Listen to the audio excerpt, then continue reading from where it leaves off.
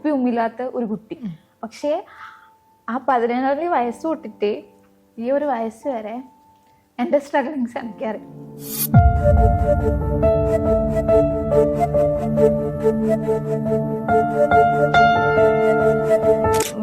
നമ്മളിപ്പോ ഫ്രണ്ട്സ് കറങ്ങാൻ പോവാണ് വിചാരിക്കുക. അപ്പൊ എനിക്ക് ഏറ്റവും സങ്കടമാകുന്ന സമയമാണ് അവര് ഉമ്മമാരെല്ലാം വിളിച്ചു കിടത്തി എന്താക്കുന്ന ഫുഡ് കഴിച്ചു. അപ്പൊ ഉള്ളിൽ എനിക്ക് നല്ല സങ്കടം വരും. അവരിപ്പോ അസൂയപ്പെട്ടിട്ടോ അല്ലെ അവർക്കില്ലത് വെച്ചിട്ട് ഞാൻ കണ്ണുകൊണ്ടിട്ടോ കാര്യമില്ല.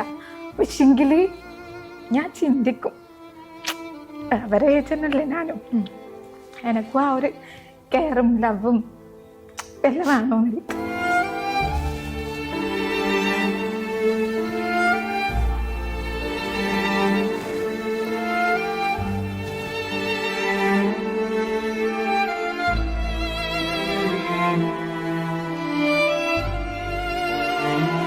അത് ലൈഫ് നമ്മൾ വിചാരിക്കും പോലല്ല അൻസീന കാര്യങ്ങൾ പോകുന്നത്. ഇപ്പം അൻസീനൻ്റെ ആ ഒരു ഇമോഷൻ അൻസീൻ എന്താ അനുഭവിക്കുന്നു എന്നുള്ളത് വേറെ ആരെക്കാൾ കൂടുതൽ എനിക്കത് കറക്റ്റ് മനസ്സിലാക്കാൻ വേണ്ടി പറ്റും. നമ്മൾ കൊടുക്കുന്ന മെസ്സേജുകൾ നമുക്ക് കിട്ടാത്ത ഒരു സംഭവം അത് നമ്മൾ ഷെയർ ചെയ്യുമ്പോൾ കൂടെ ഉണ്ടായിട്ടും മനസ്സിലാക്കാത്ത കുട്ടികൾക്ക് നല്ലൊരു മെസ്സേജ് കൊടുക്കാൻ പറ്റിയിട്ടുണ്ട്. കണ്ണില്ലപ്പോ കണ്ണിന്റെ വില മനസ്സിലാവൂല. ഞാനെല്ലാം പോട്ട് അപ്പൊ എനിക്കെല്ലാം മനസ്സിലാവും. ഇപ്പൊ ഉമ്മ പീടെ പോന്നെല്ലാം പറയും, ഞാൻ പറയും ആ രീതിയിൽ ചെറിയ പ്രായമല്ലേ അങ്ങനെ അമ്മ അടുക്ക് ഞാനെല്ലാം പോയാൽ എനിക്ക് മനസ്സിലാവും. പക്ഷെ അത് ഞാൻ ഇപ്പൊ മനസ്സിലാക്കുന്നുണ്ട് വല്ലാണ്ട്.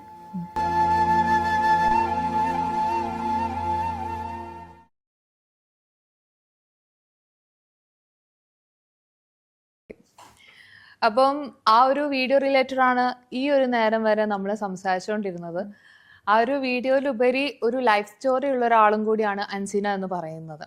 ഇപ്പം ആദ്യമായിട്ട് ഞാൻ അൻസീനൻ്റെ ഒരു വീഡിയോ കണ്ട സമയത്ത് എനിക്ക് ഭയങ്കരമായിട്ട് ഇമ്പാക്റ്റ് ചെയ്തൊരു കാര്യമാണ്, എൻ്റെ പാരൻസ് 2 പേരും ഇല്ല, ഞാൻ ഒറ്റയ്ക്ക് ആണ്. അപ്പം സ്വന്തമായിട്ട് ജോലി ചെയ്ത് അത്രയും ബുദ്ധിമുട്ടി ജീവിക്കുന്ന ഒരു പെൺകുട്ടിയാണെന്നുള്ളത് അത് ഞാൻ നല്ല രീതിക്ക് അപ്രിഷ്യേറ്റ് ചെയ്യണു. കാരണം ആരും ഇല്ലെങ്കിലും ഒറ്റയ്ക്ക് സ്വന്തം കാലിൽ നിൽക്കാനുള്ള ഒരു പ്രാപ്തി ഉണ്ടാക്കിയൊരു വ്യക്തി തന്നെയാണ് അൻസീന. എന്താണ് സത്യം പറഞ്ഞാൽ പാരൻസിനെ പറ്റിയത്? പാരൻസ് ഉമ്മ ഞാൻ 9ാം ക്ലാസ്സിൽ പഠിക്കുന്ന സമയത്ത് മരണപ്പെട്ടതാണ്. ആക്ച്വലി ഉമ്മയാണ് നമ്മളെ ലോകം ഉലകം. അപ്പൊ പെട്ടെന്ന് ഉമ്മ മരണപ്പെട്ടു. സഡൻ ആയിട്ട് ഇതായതായിരുന്നു, ലൈക്ക് അൺഎക്സ്പെക്റ്റഡ് ആയിട്ട്. ഇങ്ങനെ വലിയ രോഗം വന്നിട്ട് അങ്ങനെയൊന്നുമില്ല, വിചാരിക്കാണ്ട് മരണപ്പെട്ട. പിന്നെ ഉപ്പ ഉണ്ടായി. പിന്നെ എനിക്ക് കുറെ സിബ്ലിങ്സ് കാര്യങ്ങളുണ്ട്. നമ്മൾ 7 മക്കളാണ്, ഞാൻ 7ാമത്തെ ആളാണ്. സോ സിബ്ലിങ്സ് ഉണ്ട്. ആൻഡ് 5 പെൺകുട്ടികളും 2 ആൺകുട്ടികളും. സോ ഇക്കാക്ക ഇത്താത്ത അങ്ങനെയുള്ള ഒരു ഓൾ ഫാമിലിയാണ്. പിന്നെ ഉപ്പ ഡിഗ്രിക്ക് പഠിക്കുന്ന ടൈം പീരീഡ് ഉപ്പ മരണപ്പെട്ടു. എന്താ സംഭവിച്ചത്? ഉപ്പാക്ക് ജസ്റ്റ് ഒരു കാലിനൊരു ഇത് വന്നതായിരുന്നു, ബ്ലോക്ക് പോലെ. പിന്നെ അങ്ങനെ മരിക്കാൻ വേണ്ടിട്ട് വല്ല കാരണം വേണമെന്നില്ല, അങ്ങനെ മരണപ്പെട്ടു. അപ്പോൾ 2 പേരുടെ മരണവും ഉണ്ടാക്കിയ ഷോക്ക് എനിക്ക് ആലോചിക്കാവുന്നതേ ഉള്ളൂ. പിന്നെ ഒന്നുമില്ലേൽ സപ്പോർട്ട് ചെയ്യാൻ കൂടെ ഉപ്പെങ്കിലും ഉണ്ടായിരുന്നു. അപ്പോൾ അത് കഴിഞ്ഞ് 2 പേരും ഇല്ലാതാവുക, പിന്നീട് അങ്ങോട്ട് മുന്നോട്ട് പോവുക, ആ ഒരു സിറ്റുവേഷൻ എങ്ങനെയായിരുന്നു ഫേസ് ചെയ്തത്?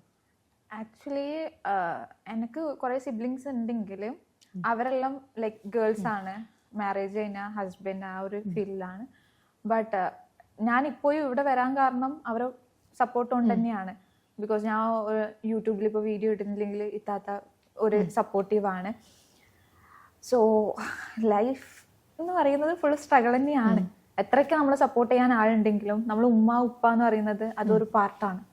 നമ്മളെ ജനിപ്പിച്ച് നമ്മള് അൺഎക്സ്പെക്റ്റഡ് ആവാൻ രീതിയിൽ ചെറുപ്പം മുതലേ തനിച്ചാവാന്ന് പറയുന്നത് അതൊരു സ്ട്രഗിൾ ആണ്. ആരൊക്കെ ഉണ്ടായാലും അതിലോട്ട് പോകുമ്പോഴാണ് നമുക്ക് മനസ്സിലാവുക എത്രത്തോളം സ്ട്രഗിൾ ആണ് എന്നുള്ളത്. ഇൻ ഫ്രണ്ട് ഓഫ് ക്യാമറ ഞാൻ വേണമെങ്കിൽ ചിരിക്കുന്നുണ്ടാവും, തമാശ പറയുന്നുണ്ടാവും, ഇതുപോലത്തെ കുറെ റോമേഴ്സ് കാര്യങ്ങൾ പറയുന്നുണ്ടാവും. ബട്ട് അകത്ത് വേറൊരാളാണ്. ഓക്കെ, ഇപ്പം ഉമ്മയെ കണ്ട ഓർമ്മയുണ്ടോ? ഉമ്മാനെ കണ്ട ഓർമ്മയുണ്ടോന്ന് വെച്ചാലേ ഇല്ല. ലൈക്ക് ഞാൻ പറഞ്ഞില്ലേ, നമ്മള് ചെറിയ പ്രായത്തിൽ ഓടിക്കളിക്കുന്ന സമയത്താണ് ഉമ്മ മരണപ്പെടുന്നത്. അപ്പൊ പിന്നെ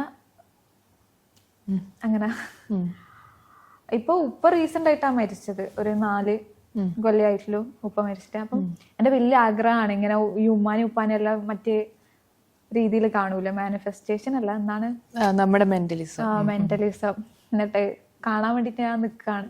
ഒരാഗ്രഹം ഇനി നടക്കൂലെങ്കിലോ. ഓക്കെ, ഇപ്പം നമുക്കൊരു സങ്കടം പറയാൻ അല്ലെങ്കിൽ ഇമോഷൻ പറയാനൊരു അവസ്ഥ വരുമ്പം അത് ആരോടാണ് അൻസീന ഇപ്പൊ ഷെയർ ചെയ്യാറ്? ഞാൻ ആരോടും ഷെയർ ചെയ്യില്ല. ലൈക്ക് സിബ്ലിങ്സ് അവരവരെ ഫാമിലി, പിന്നെ ഞാൻ പണ്ട് മുതലേ ഞാൻ എല്ലാം ഒറ്റയ്ക്ക് ചെയ്യും. ഞാൻ ഒരാളെ സപ്പോർട്ടോ അല്ലെങ്കിൽ ഇന്നാളെന്റെ ബാക്കിൽ വരണം, ഇന്നാളെന്നെ പുഷ് ചെയ്യണം അങ്ങനെയൊന്നുമില്ല.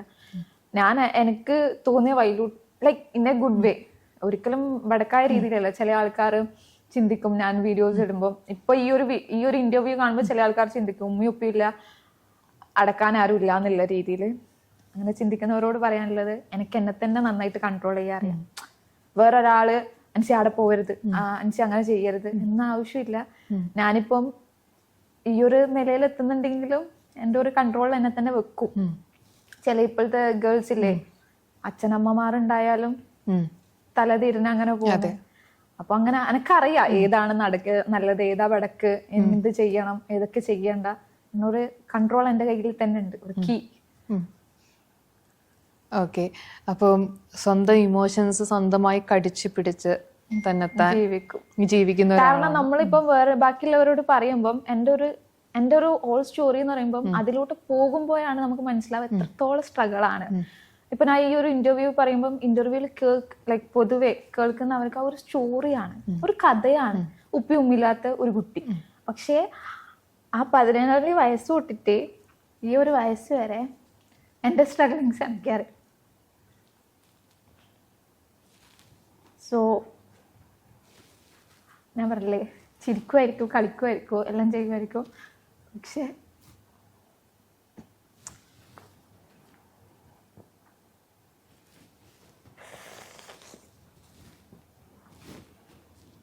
ലൈക്ക് നമ്മളിപ്പോൾ ബാക്കിയുള്ളവരെ കുറ്റപ്പെടുത്തിയിട്ട് കാര്യമില്ല. ഇപ്പം അല്ല അങ്ങനെയാണ് വിധിച്ചെങ്കിൽ അങ്ങനെ നടക്കത്തുള്ളൂ. അത് ലൈഫ് നമ്മൾ വിചാരിക്കും പോലല്ല അൻസീന കാര്യങ്ങൾ പോകുന്നത്. ഇപ്പം അൻസീനൻ്റെ ആ ഒരു ഇമോഷൻ അൻസീൻ എന്താ അനുഭവിക്കുന്നു എന്നുള്ളത് വേറെ ആരെക്കാൾ കൂടുതൽ എനിക്കത് കറക്റ്റ് മനസ്സിലാക്കാൻ വേണ്ടി പറ്റും. കാരണം എനിക്ക് 2 പേരുണ്ട്, പക്ഷേ 2 പേരും ഇല്ലാത്ത ഒരവസ്ഥയിലൂടെ പോകുന്ന ഒരാളാണ് ഞാൻ. എനിക്ക് ഒരു ഇമോഷൻ ഷെയർ ചെയ്യാനോ എൻ്റെ കാര്യങ്ങൾ പറയാനോ ഞാൻ തന്നെയുള്ളൂ. അതാണ് ഞാൻ എടുത്ത പടി ഞാൻ ചോദിച്ചത്, അൻസീന എന്താന്നുള്ളത്. നമുക്ക് ഉണ്ടായാലും ആ ഒരു കെയർ കിട്ടിയില്ലെങ്കിലുള്ള അവസ്ഥ അത് അൻസീന പറയുമ്പോൾ തന്നെ അറിയാം. കാരണം അൻസീനയ്ക്ക് ഉള്ളപ്പം they loved you a lot, they cared you a lot. But ഞാൻ ഇത് കാണുമ്പോഴും എൻ്റെ പാരൻസ് തിങ്ക് ചെയ്യും, ഞങ്ങളെന്താ ചെയ്തത്, ഞങ്ങളവളെ പഠിപ്പിച്ചല്ലോ, ഞങ്ങൾ ഇത്രത്തോളം ആക്കിയല്ലോ. But there is a thing called emotion. ആ emotion wise my parents are really absent. അപ്പം അതുകൊണ്ട് എനിക്ക് കറക്റ്റ് മനസ്സിലാകും. കാരണം നമ്മൾ പോകുന്ന സിറ്റുവേഷൻ ഓരോരുത്തർക്ക് ഓരോ ലൈഫ് പറയുമ്പോൾ ഓരോ സ്റ്റോറീസ് കാര്യങ്ങൾ ഉറപ്പായിട്ടുണ്ടാകും. ആദ്യമായിട്ടായിരിക്കും ഞാൻ കരയുന്നത്. ചിലപ്പം ഒരു ഇൻ്റർവ്യൂവിൽ ഞാനിങ്ങനെ കരയുന്നത്, കാരണം ഞാൻ പല ഇമോഷൻ ഇൻ്റർവ്യൂസ് കാര്യങ്ങളെല്ലാം എടുത്തിട്ടുണ്ട്. ആദ്യമായിട്ടായിരിക്കും വ്യൂവേഴ്സ് ഷാലു കരയുന്നു, ഇൻ്റർവ്യൂവിൻ്റെ ഇടയിൽ കരയിക്കുന്ന ഷാലു ആദ്യമായിട്ട് കരയുന്നത് കാണുന്നു.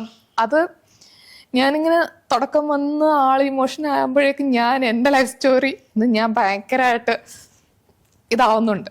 അപ്പം നമ്മളിത് പലരോട് ഷെയർ ചെയ്യുമ്പം ഈ ഒരു സിറ്റുവേഷൻ കടന്നു വരാത്ത ആളുകൾക്ക് ചിലപ്പോൾ അത് മനസ്സിലായി എന്ന് വരില്ല. അപ്പം അവർ ചിന്തിക്കുന്നത്, അങ്ങനെയൊന്നുമില്ല, എൻ്റെ അച്ഛനും അമ്മേനും നല്ല സ്നേഹിക്കുന്നുണ്ട്, എന്നെ പൊന്നുപോലെ നോക്കുന്നുണ്ട്, എൻ്റെ എല്ലാ ആഗ്രഹങ്ങളും സാധിച്ചു തരുന്നുണ്ട്, എൻ്റെ കൂടെ നിൽക്കുന്നുണ്ട്, എൻ്റെ പാരൻസ് എൻ്റെ ഫ്രണ്ടാണ്, അമ്മ എന്ന് പറയുന്നത് എൻ്റെ ഉലകമാണ്, അച്ഛൻ എന്ന് പറയുന്നത് എൻ്റെ എല്ലാം ആണ് എന്ന് ചിന്തിക്കുന്ന ആളുകളോട് നമ്മുടെ ഇമോഷൻസ് പറഞ്ഞിട്ട് കാര്യമില്ല. അപ്പോൾ അതാണ് അൻസീന പറഞ്ഞ പോലെ, ബാക്കി ആളുകൾക്ക് ഇതൊരു സ്റ്റോറി മാത്രമാണ്, പക്ഷെ അത് അനുഭവിച്ചു പോയ ആളുകൾക്ക് അതൊരു റിയാലിറ്റിയാണ്. അതാണ് സത്യം. അപ്പം നമുക്ക് വിഷയത്തിലോട്ട് തന്നെ കടന്നു വരാം. അങ്ങനെ ലൈഫ് സിറ്റുവേഷൻസിൽ നിന്ന് നമ്മൾ പിന്നെ ഇതുപോലെ മോട്ടിവേഷൻ വീഡിയോസ് എല്ലാം ചെയ്യാൻ തുടങ്ങി. ഈ ഒരു മോട്ടിവേഷൻ കോണ്ടന്റും ഉണ്ട്. ആരെങ്കിലും ജീവിതത്തിൽ പോസിറ്റീവായിട്ട് തിങ്ക് ചെയ്തിട്ട് ആ ഒരു രീതിയിൽ മൂവ് ഓൺ ചെയ്തിട്ടുണ്ടോ? അങ്ങനെ ആരെങ്കിലും എക്സ്പീരിയൻസ് പറഞ്ഞിട്ടുണ്ടോ അൻസീനയുടെ വീഡിയോ ഒക്കെ കണ്ടിട്ട്? ചില ആൾക്കാർ ലൈക്ക് ഇപ്പൊ ഞാനിപ്പോ എന്റെ ഇപ്പം ഞാൻ പറഞ്ഞ ഇപ്പം എനിക്ക് എന്തെങ്കിലും ഒരു ഫീല് വന്നാല് ചില സമയങ്ങൾ എനിക്കിങ്ങനെ നമ്മളിപ്പോ ഫ്രണ്ട്സ് കറങ്ങാൻ പോവാണ് വിചാരിക്കുക, അപ്പൊ എനിക്ക് ഏറ്റവും സങ്കടമാകുന്ന സമയമാണ് അവരുമ്മമാരെല്ലാം വിളിച്ചു വയ്ക്കും, കിടത്തി എന്താക്കുന്ന ഫുഡ് കഴിച്ചു. അപ്പോൾ ഉള്ളിൽ എനിക്ക് നല്ല സങ്കടം വരും. അവരിപ്പം അസൂയപ്പെട്ടിട്ടോ അല്ലെ അവർക്കില്ലത് വെച്ചിട്ട് ഞാൻ കണ്ണുകൊണ്ടിട്ടോ കാര്യമില്ല. പക്ഷെങ്കിൽ ഞാൻ ചിന്തിക്കും അവരെ ഏജനല്ലേ ഞാനും, എനക്കും ആ ഒരു കെയറും ലവും എല്ലാം വേണമെന്നിരിക്കും.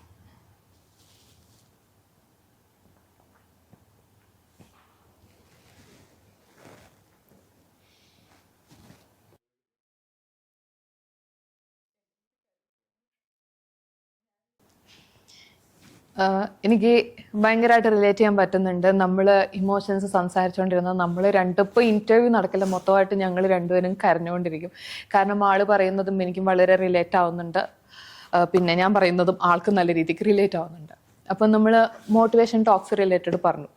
അപ്പം നമ്മുടെ അനുഭവങ്ങൾ നമ്മൾ ഒരാളോട് ഷെയർ ചെയ്യുമ്പോഴായിരിക്കും, ഇപ്പം ഭയങ്കരമായി സ്നേഹിക്കുന്ന പാരൻസ് ഉണ്ട്, അവരെ മനസ്സിലാക്കാത്ത കുട്ടികളും ഉണ്ട്. ഞാൻ എല്ലാവരെയും മോശമായിട്ട് പാരൻസ് എല്ലാം മോശം നല്ലായിരുന്നു നേരത്തെ പറഞ്ഞത്. അതായത് ഓരോരുത്തർക്കും ഓരോ അനുഭവങ്ങളാണ്. അപ്പം അങ്ങനെയുള്ള കുട്ടികൾ, പാരൻസിന് മനസ്സിലാക്കാത്ത കുട്ടികൾ ചിലപ്പോൾ ഈ ഒരു വീഡിയോ കണ്ടിട്ട് അവരോട് ഭയങ്കരമായിട്ട് പോയിട്ട് സ്നേഹത്തോടെ പെരുമാറിയിട്ടുള്ള സാഹചര്യങ്ങളുണ്ട്. കാരണം നമ്മൾ കൊടുക്കുന്ന മെസ്സേജുകൾ നമുക്ക് കിട്ടാത്ത ഒരു സംഭവം അത് നമ്മൾ ഷെയർ ചെയ്യുമ്പോൾ കൂടെ ഉണ്ടായിട്ടും മനസ്സിലാക്കാത്ത കുട്ടികൾക്ക് നല്ലൊരു മെസ്സേജ് കൊടുക്കാൻ പറ്റിയിട്ടുണ്ടോ? കൊടുക്കാൻ പറ്റിയിട്ടുണ്ട്. എനിക്ക് എല്ലാവരോടും പറയാനുള്ള ഒരു കാര്യമാണ്, എനിക്ക് ഉമ്മയും ഉപ്പയും ഇല്ലപ്പം എനിക്ക് വില ഇല്ലാന്നല്ല, ലൈക്ക് ആ ഒരു ടൈം പീരീഡ് അവർ മരണപ്പെട്ടാല് ചിന്തിക്കുന്നില്ല, ചെറിയ പ്രായത്തിൽ ഇതുണ്ടായതല്ലേ. അപ്പോൾ അവർ മരണപ്പെട്ടതിന് ശേഷം ഞാൻ മനസ്സിലാക്കുന്നത് നമ്മൾ വിചാരിക്കുന്ന പോലെയല്ല നമ്മുടെ ലൈഫ്, നരക ജീവിതമായിരിക്കും. നരകവും നമ്മളും ഇങ്ങനെ മല്ലിട്ട് ജീവിക്കുന്നതാണ് ആ ഒരു ജീവിതം. ഞാൻ പറഞ്ഞില്ലേ, നമ്മളിൽ ചുറ്റുള്ള 1000 ആൾക്കാരുണ്ടാവുമായിരിക്കും, പക്ഷെ 1000 ആൾക്കാർ പറയാനായിരിക്കും ഇതിലൂടെ കടന്നു പോകേണ്ടത് ഞാൻ മാത്രമാണ്. അപ്പം എനിക്ക് എല്ലാവരോടും പറയാനുള്ള ഒരു കാര്യമാണ്, അച്ഛനമ്മ ഉമ്മ ഉപ്പ ഏതോ രീതിയിലാവട്ടെ അവരെ നിങ്ങൾ അടിക്കുന്നുണ്ടാവും, അവരെ നിങ്ങൾ ചീത്ത പറയുന്നുണ്ടാവും, അവരെ നിങ്ങൾ തെറി പറയുന്നുണ്ടാവും, പക്ഷെ എപ്പോഴും ചിന്തിക്കുക അച്ഛൻ അച്ഛനാണ്, അമ്മ അമ്മയാണ്. അവരെന്തൊക്കെ പറഞ്ഞാലും ഇനിയിപ്പോൾ നിങ്ങളാ ചില അച്ഛന്മാരുണ്ട് കള്ളു കുടിച്ചിട്ട് മക്കളെ നോക്കാത്തത്, പക്ഷെ ആ ഒരു അച്ഛനും വാല്യൂ കൊടുക്കണമെന്നേ ഞാൻ പറയത്തുള്ളൂ. കാരണം ഒരു വീട് എന്ന് പറയുന്നത് 2 തൂണിലാണ്. ആ ഒരു തൂണ് പോയാല് വേറൊരു തൂണിന്റെ ബലത്തിൽ നിൽക്കും. അതൊരു കള്ളൂടിയന്റെ മോളായാലും അല്ലെങ്കിൽ കഞ്ചാവ് വലിക്കുന്ന ഒരു മോളായാലും ആ ഒരു തൂണിന്റെ ബലം ഉണ്ട്, അച്ഛനുണ്ട് എന്നത്. അച്ഛൻ നോക്കും അടിക്കും എന്തോ ചെയ്തോട്ട്, പക്ഷെ ആ 2 തൂണില്ലാത്തപ്പാണ് നമുക്ക് മനസ്സിലാവാം ജീവിതം എങ്ങനെയാണ് എന്നുള്ളത്. ഒരിക്കലും ഒരു വീട്ടിന് 2 തൂണില്ലാണ്ട് പോവില്ല, വീട് അങ്ങനെ തന്നെ പൊളിഞ്ഞു പോകും. അതുപോലെ തന്നെയാണ് ഇപ്പം എന്റേതാകട്ടെ ഇയാളതാകട്ടെ ലൈഫ് പോയിക്കൊണ്ടിരിക്കുന്നത്. സോ 2 തൂണാണ്, അത് വെറുതെ നിങ്ങൾ സ്പോയിൽ ചെയ്യരുത്. അവരോട് സ്നേഹം കാണിക്കുക. നിങ്ങൾ ഈ ദുനിയാവിൽ ബാക്കി ആരോട് സ്നേഹം കാണിക്കട്ടെ, ലവർ ആവട്ടെ ഇനി വൈഫാവട്ടെ, അവരോടെല്ലാം കാണിക്കണം, പക്ഷെ അതിൻ്റെ അപ്പുറത്തേക്ക് പാരൻസിനോട് കാണിക്കുക. പാരൻസ് എന്ന് പറഞ്ഞാൽ ഈ ദുനിയാവിൽ എല്ലാവരും ഇന്നോ നാളെയായിട്ട് മരണപ്പെടുന്നതാണ്, പക്ഷെ അവരുമായിട്ടുള്ള ഒരു ബോണ്ട് അത് കിട്ടുമ്പോൾ നിങ്ങൾക്ക് അതിൻ്റെ വാല്യൂ മനസ്സിലാവില്ല, കിട്ടാത്തപ്പോഴാണ് മനസ്സിലാവുക. എന്റെ ഉമ്മയില്ലപ്പം പറയും കണ്ണില്ലപ്പോ കണ്ണിന്റെ വില മനസ്സിലാവൂല, ഞാനെല്ലാം പോട്ട് അപ്പൊ എനിക്കെല്ലാം മനസ്സിലാവും. ഇപ്പൊ ഉമ്മ പീടെ പോകുന്നെല്ലാം പറയും, ഞാൻ പറയും ആ രീതിയിൽ ചെറിയ പ്രായമല്ലേ അങ്ങനെ ഞാൻ പറയും അടുക്ക്, ഞാനെല്ലാം പോയാൽ എനിക്ക് മനസ്സിലാവും. പക്ഷെ അതിനാ ഇപ്പൊ മനസ്സിലാക്കുന്നുണ്ട് വല്ലാണ്ട്. അല്ലേ ഇപ്പം ഇപ്പൊ ഒരു തലവേദന വന്നാലോ അല്ലെങ്കിൽ എന്ത് വേദന വന്നാലും ഞാൻ എന്നിൽ തന്നെ ഉള്ളില് അടക്കി പിടിക്കാം. ഉമ്മ തലവേദന എടുക്കുന്നത് അല്ലെങ്കിൽ ഉമ്മ ഒന്നുമില്ല, ഉമ്മ പെരുന്നാക്കി ഈ ഡ്രസ്സ് വേണം അല്ലെങ്കിൽ ഉപ്പ ഈ പെരുന്നാക്കി. ചെറുപ്പം മുതലേ ഒരു സ്ട്രഗിൾ ആണ്. നമുക്കിപ്പോ സിബ്ലിങ്സിനോട് പറയാൻ പറ്റും അനക്ക് അതുവാണ് ഇതുമാണ്, പക്ഷെ ഉമ്മാനോട് ഉപ്പാനോട് പറയുന്ന ആ ഒരു ഇതില് സിബ്ലിങ്സിനോട് ഒരു ഇതുണ്ടാവില്ല. സ്ട്രഗിൾ ആണ്. ഞാൻ ഇപ്പോഴും പറയാ ഉപ്പയും ഉമ്മയുണ്ട നല്ല രീതിയിൽ അവരെ പൊന്നുപോലെ നോക്കാം. ഞാൻ ഇപ്പൊ പറയുമ്പോ എത്ര ആൾക്കാർക്ക് അത് ആക്സെപ്റ്റ് ചെയ്തിട്ട് മുന്നോട്ടേക്ക് പോകാൻ പറ്റുമെന്ന് അറിയില്ല, പക്ഷെങ്കിൽ അച്ഛൻ്റെ അമ്മൻ്റെ മുഖം നോക്കുക, അവരെന്തൊക്കെ പറഞ്ഞാലും നിങ്ങൾ അച്ഛനാണ്, നിങ്ങൾ അമ്മയാണ്, അത് മനസ്സിലാക്കുക. ഓക്കെ, ഇപ്പം അൻസീനൻ്റെ ഇപ്പം ഏറ്റവും വലിയ സ്ട്രെങ്ത് അല്ല കൂടെ സപ്പോർട്ടായിട്ട് നിൽക്കുന്നത് ആരാണ്? എനിക്ക് ഞാൻ പറഞ്ഞില്ല, എനിക്ക് അങ്ങനെ ആരും എൻ്റെ ബാക്കിൽ ആരും പില്ലോ ആയിട്ട് ആവശ്യമില്ല. ഞാൻ ആനാണ്. ഞാൻ പറഞ്ഞ ഞാൻ ആള് സ്ട്രോങ് ആണ്, പക്ഷെ ഉള്ളില് ആള് വീക്കാണ്. ഇൻ ഫ്രണ്ട് ഓഫ് ഒരു 100 ആള് വരാണെങ്കിൽ ഞാൻ വേണമെങ്കിൽ അവരോട് ഫൈറ്റ് ചെയ്തിട്ട് ഡിബേറ്റ് ചെയ്തിട്ട് ഞാൻ നിൽക്കുമായിരിക്കും. പക്ഷെ ആ 100 ആളിന്റെ പുറത്ത് ഞാൻ ആള് പാവാണ്. എന്നിൽ ചുറ്റുമുള്ളവർക്ക് അറിയാം ഞാൻ എങ്ങനെയാണ് എന്നുള്ളത്. ഇപ്പം വീഡിയോ കാണുമ്പോൾ എല്ലാവരും പറയും, അയ്യോ എന്നെ പുറത്തുനിന്നെല്ലാം കാണുമ്പോ നിങ്ങളല്ലേ അങ്ങനല്ലേ ഇങ്ങനെയല്ലേ എന്ന് പറയും. വീഡിയോയിൽ കാണുന്ന ആളല്ലേ ഞാൻ.